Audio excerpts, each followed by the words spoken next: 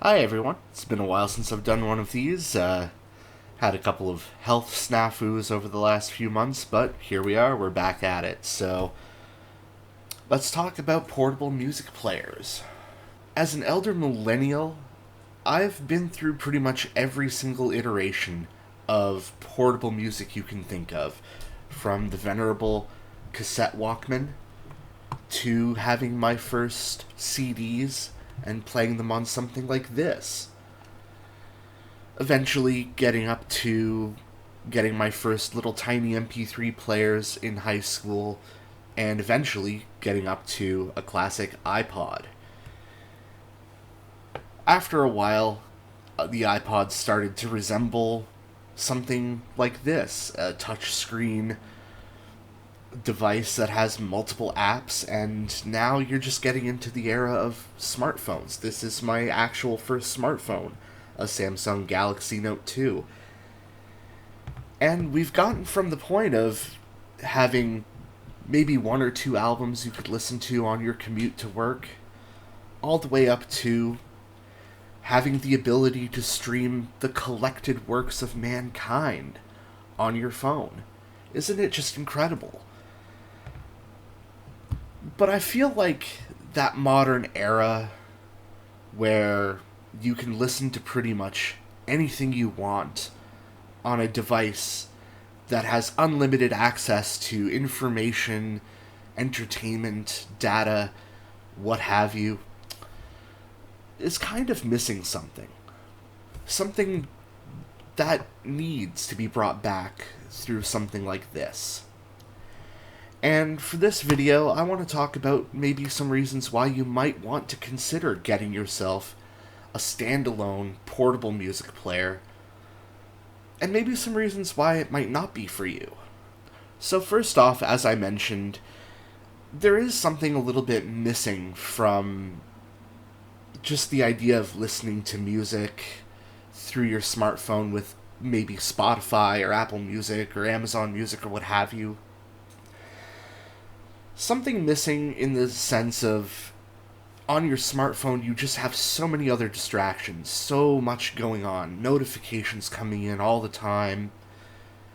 It can be really difficult sometimes to put all of your attention on what you're listening to. I know there are many times I've been on the bus listening to music on my way into work, only to find that in that maybe 7-minute long prog song that I've been listening to, I've paid attention to the first 30 seconds of it and just haven't really listened to the rest of it because I was so busy being engaged in whatever doom scrolling I was a part of.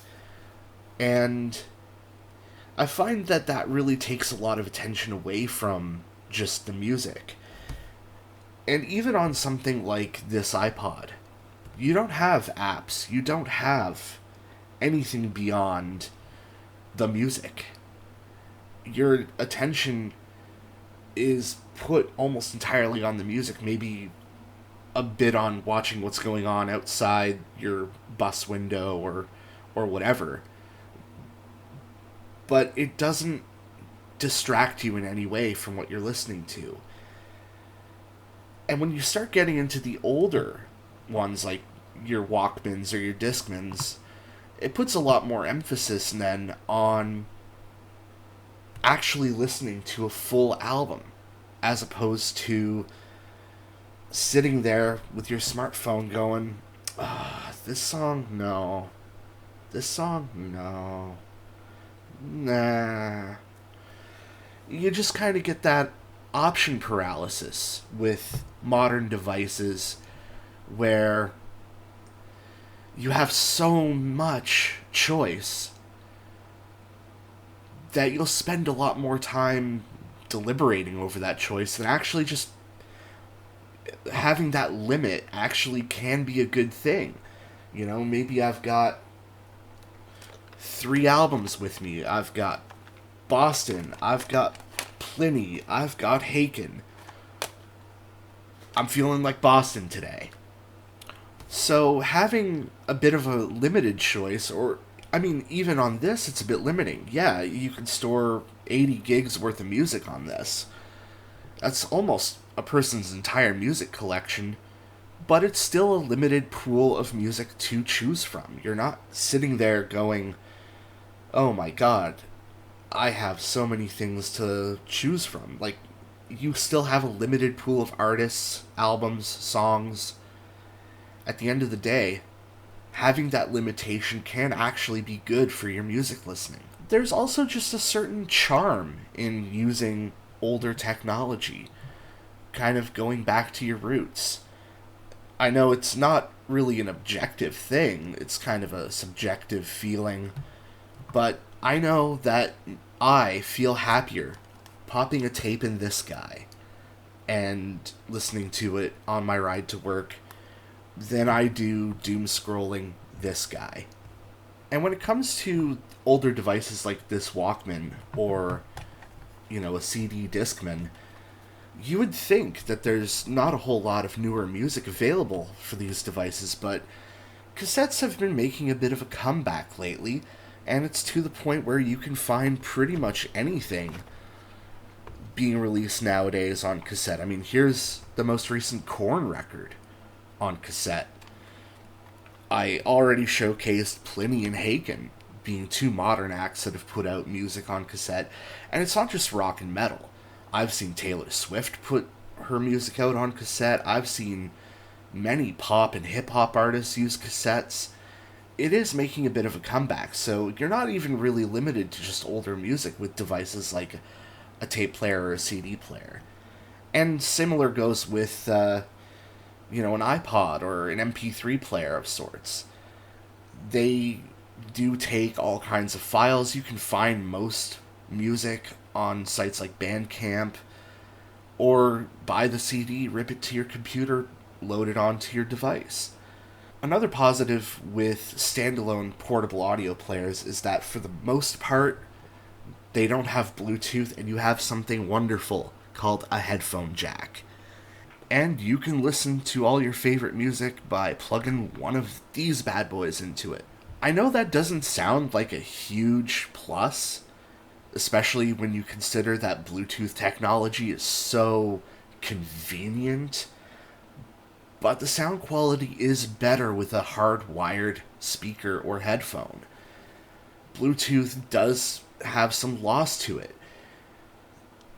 If you're listening to FLAC files on a really nice smartphone through headphones that are Bluetooth or earbuds or whatever, you might as well just be listening to an MP3 on an iPod with a pair of crappy earbuds. It's about the same loss of quality, really. However, when we are talking about audio quality, you can get some incredible results.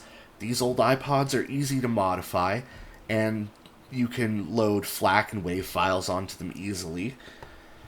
Compact disc is already kind of known as one of the highest quality formats when it comes to bitrate, when it comes to just the overall audio quality. This is about as close to studio quality as you get with any device.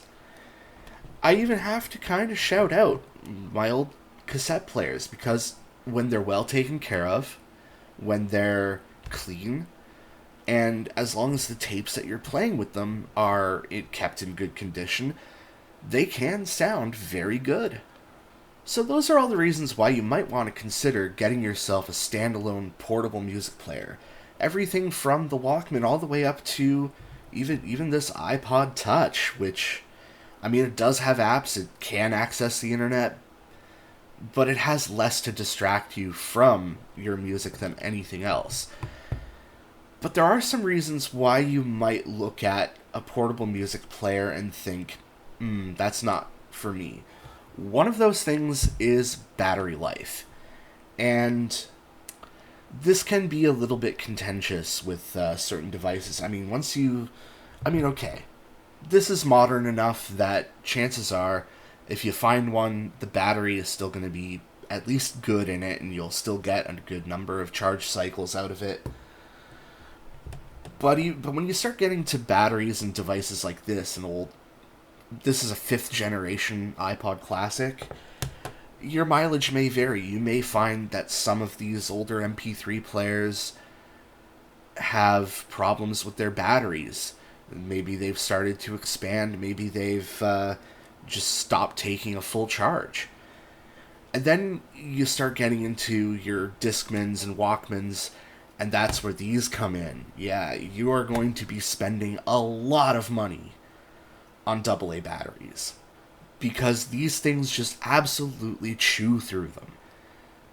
And since I've started using my Walkman, I may be buying a pack of 8 to 12 AA batteries twice a year. It's insane. Another knock on standalone portable music players is storage. Unlike your smartphone and wireless earbuds, which you just stuff them in your pocket, you don't have to have a backpack or anything, and you can just go carry it with you through the whole day. With some of these portable music players, I mean, you still need your smartphone, so now you're also just lugging around an extra device. And then with the older ones, like your Walkmans, well, okay, you have the device, but then you also have the media. You have to carry around your tapes as well, or your CDs. You might have a sleeve for your CDs, and you could store like 20 of them. And, you might be good for space to get like 15, 20 of these in a bag if you're really ambitious. I usually carry no more than 8 myself. But storage is a concern with these devices. And of course, if you are somebody that likes to have a lot of options, the Walkman and Discman are almost a no-go, because you can really only carry a few albums. What if you pick ones that you find you're not interested in listening to after all? That is a real concern. So, I could see why having to lug around something extra when you're used to just smartphone in one pocket, wireless earbuds in the other, I can see why that would put you off of a device like this. Another reason is cost. To find an old Walkman on eBay, you want to find something that's been refurbished. You don't want to just buy any old Walkman, because these things are old. Some of the parts inside them may have started to disintegrate. I mean, the belt in this particular one may be turning back into primordial ooze. Sometimes, even with Discman, they seem like they're indestructible, but the lasers do get dirty and they do get scratched up over time, and eventually you have a Discman that won't read discs. I've already talked about battery issues with iPods and MP3 players, so you definitely want to spend the money and make sure that you have something that's been refurbished, or at least has had the vital components like your belts, your lasers replaced, batteries on iPods, things like that. And those will cost you. And then there's the cost of physical media when you start getting into, your iPods, your Discmans, your Walkmans. You're not just buying a device and having access to the music. You have to buy the music yourself. And I mean, yes, sometimes, this was the cheapest version of this album you could buy physically. But say you want to buy something a little bit different, like an older cassette copy of something, like maybe some old Rush. You might find yourself seeing copies of it go for $30, $40 on eBay. Especially newer cassettes, because they weren't printed in as high amounts as they were back in the 80s and 70s. Basically, any album from the 90s, you're going to have a harder time finding copies of. Another one, and this is more for the digital players, your iPods, your MP3 players, things of that matter, is compatibility. Apple has just removed compatibility for some of the earliest iPods from its operating systems on its PCs. And then there's the cables. I mean, everything nowadays is USB-C, but you have to go back to something like this for an iPod. They don't make these cables anymore. You have to make sure you have a working one in order to plug it into your computer. And if you don't, your device is as useless as anything. So those can be issues that might stop you from getting a portable music player. But I think overall, the experience, if you can afford the hobby, if you can afford the batteries, you make a game out of finding, your favorite albums on tape or CD, it is a rewarding thing to actually have a device to listen to music that you can't doom scroll on. You're always paying attention to the music. It's the kind of thing that makes you love music more the more you use something like this. And I think that in and of itself is the best reason to go for a standalone portable music player. Just to give yourself that attention and love to the music again that may be missing in your life right now. So, there you go. Anyway, I hope this has been enlightening for you, and maybe I've inspired you to pick up an old Walkman or an iPod Classic of your own. So feel free to leave a comment down below if you already have something like this and daily drive it. Or let me know what kind of portable music player like this you would rock if you don't already have one. Anyway, I've been Travis. This has been Long Words and Song Words. I'm out.